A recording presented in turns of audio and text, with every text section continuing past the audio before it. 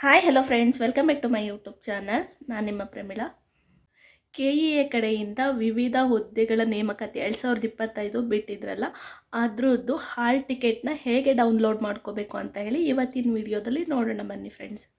ಮೊದಲನೇದಾಗಿ ನಾವು ನಮ್ಮ ಫೋನಲ್ಲಿ ಗೂಗಲ್ಗೆ ಹೋಗಬೇಕು. ಗೂಗಲಲ್ಲಿ ಪ್ರೆಸ್ ಮಾಡಿದರೆ ಈ ಥರ ಇಂಟರ್ಫೇಸ್ ಬರುತ್ತೆ. ನಾವು ಸರ್ಚಲ್ಲಿ KEA ಅಂತ ಹೇಳಿ ಟೈಪ್ ಮಾಡಬೇಕು. ಕ್ಯಾಪ್ಸ್ ಆದರೂ ಆಗುತ್ತೆ, ಸ್ಮಾಲ್ ಆದರೂ ಆಗುತ್ತೆ. ಆಮೇಲೆ ಈ ಥರ ಇಂಟರ್ಫೇಸ್ ಬರುತ್ತೆ. ಈ ಥರ ಇಂಟರ್ಫೇಸ್ ಬಂದಾಗ ಫಸ್ಟ್ ಯಾವತ್ತು ಸಿಗುತ್ತೋ ಅದನ್ನು ನಾವಿಲ್ಲಿ ಪ್ರೆಸ್ ಮಾಡ್ಕೋಬೇಕಾಗುತ್ತೆ. ಈ ಥರ ಇಂಟರ್ಫೇಸ್ ಬರುತ್ತೆ.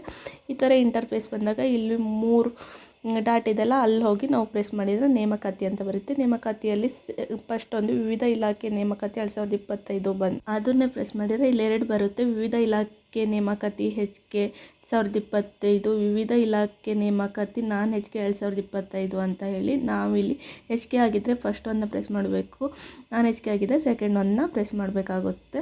ನಾನು ಸೆಕೆಂಡ್ ಒನ್ನ ಇಲ್ಲಿ ಪ್ರೆಸ್ ಮಾಡ್ತೀನಿ. ಸೆಕೆಂಡ್ ಒನ್ನ ಪ್ರೆಸ್ ಮಾಡಿದರೆ ಈ ಥರ ಇಂಟರ್ಫೇಸು ನಮಗೆ ಸಿಗುತ್ತೆ. ಇಲ್ಲಿ ಮೊದಲಿಗೆ ನೇಮಕಾತಿ ಪರೀಕ್ಷೆ ಬೆಲ್ ಸಮಯ 11ನೇ ತಾರೀಕು ಐತೆ. 10ನೇ ತಾರೀಕು ನೇಮಕಾತಿ ಪರೀಕ್ಷೆ ಸಮಯ ಐತೆ.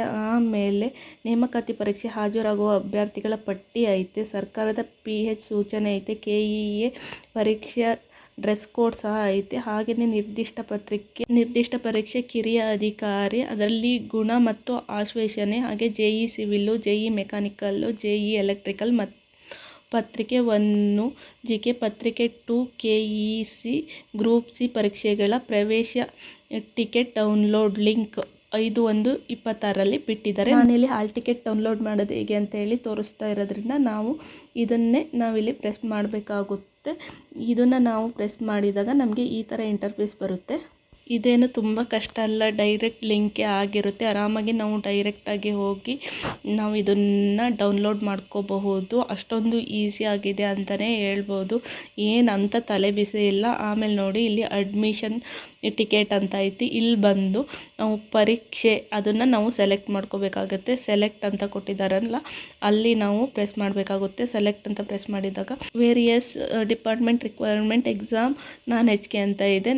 ನಾನ್ HK, ಅದಕ್ಕೋಸ್ಕರ ನಾನ್ HK ತೋರಿಸ್ತಾ ಐತೆ. ಆಮೇಲೆ ಸೆಕೆಂಡ್ ಒಂದು ಬಂದು ಅರ್ಜಿಯ ಸಂಖ್ಯೆ ಅಂತ ಇದೆ. ಅರ್ಜಿಯ ಸಂಖ್ಯೆನ ನಾವಿಲ್ಲಿ ಹಾಕಬೇಕಾಗುತ್ತೆ. ಆಮೇಲೆ ಅಭ್ಯರ್ಥಿ ಹೆಸರು ಅಂತ ಇದೆ ನೋಡಿ, ಅಭ್ಯರ್ಥಿ ಹೆಸರು, ನನ್ನ ಹೆಸರನ್ನ ನಾನು ಹಾಕಿದ್ದೀನಿ. ನಿಮ್ಮದೇನೈತೆ ಅದನ್ನು ಇಲ್ಲಿ ಹಾಕ್ಕೋಬೋದು. ಆಮೇಲೆ ಕ್ಯಾಪ್ಚನ ನಾವಿಲ್ಲಿ ಎಂಟರ್ ಮಾಡಬೇಕಾಗುತ್ತೆ. ಕ್ಯಾಪ್ಚನ ನಾವಿಲ್ಲಿ ಸರಿಯಾಗಿ ಎಂಟರ್ ಮಾಡಿದ್ರೇ ಓಪನ್ ಆಗೋದು, ಇಲ್ಲ ಅಂತಂದರೆ ಓಪನ್ ಆಗೋದಿಲ್ಲ. ನೋಡಿ, ಕ್ಯಾಪ್ಚನ ನಾವಿಲ್ಲಿ ಎಂಟರ್ ಮಾಡಬೇಕಾಗುತ್ತೆ. ಕ್ಯಾಪ್ಚನ ಎಂಟರ್ ಮಾಡಿ, ಕ್ಯಾಪ್ಚ ಹೆಂಗೆ ಕೊಟ್ಟಿದ್ದಾರೋ ಆ ಥರ ನಾವಿಲ್ಲಿ ಎಂಟರ್ ಮಾಡಿ, ಆಮೇಲೆ ನಾವಿಲ್ಲಿ ಸಬ್ಮಿಷನ್ ಅಂತ ಇದೆಲ್ಲ ಸಬ್ಮಿಟ್ ಬಟನ್ನ ಕೊಡಬೇಕಾಗುತ್ತೆ. ಇಷ್ಟೇ. ತುಂಬ ಅಂದರೆ ತುಂಬ ಈಸಿ ಪ್ರೊಸೆಸ್ ಅಂತಲೇ ಹೇಳ್ಬೋದು ಫ್ರೆಂಡ್ಸ್. ಫೋನಲ್ಲೇ ನಾವು ಡೌನ್ಲೋಡ್ ಮಾಡಿಕೊಂಡು ನಾವು ಪ್ರಿಂಟ್ನ ತೆಗೆಸ್ಕೋಬೋದು. ಸಬ್ಮಿಷನ್ ಕೊಟ್ಟ ತಕ್ಷಣವೇ ಬರುತ್ತೆ. ತುಂಬ ಅಂದರೆ ತುಂಬ ಈಸಿ ಪ್ರೊಸೆಸ್ಸು. ಸರ್ವರು ಬ್ಯುಸಿ ಐತೆ ಆ ಥರ ಏನಿಲ್ಲ. 2 ನಿಮಿಷದಲ್ಲೇ ಆರಾಮಾಗಿ ಹಾಲ್ ಟಿಕೆಟ್ನ ಡೌನ್ಲೋಡ್ ಮಾಡ್ಕೋಬೋದು ಅಂತಲೇ ಹೇಳ್ಬೋದು. ನೋಡಿ, ಡೌನ್ಲೋಡ್ ಮಾಡಿಕೊಂಡು ಪ್ರಿಂಟ್ ತೊಗೊಂಡ್ರೆ ಆಯಿತು, ಅಷ್ಟೇ. ತುಂಬಾ ಈಸಿ ಪ್ರೊಸೆಸ್ ಅಂತ ಹೇಳ್ತಾ ಇವತ್ತಿನ ವಿಡಿಯೋನ ಮುಗಿಸ್ತಾ ಇದ್ದೀನಿ. ಟಾಟಾ, ಬಾಯ್ ಬಾಯ್. ನೆಕ್ಸ್ಟ್ ವಿಡಿಯೋದಲ್ಲಿ ಮೀಟ್ ಮಾಡೋಣ.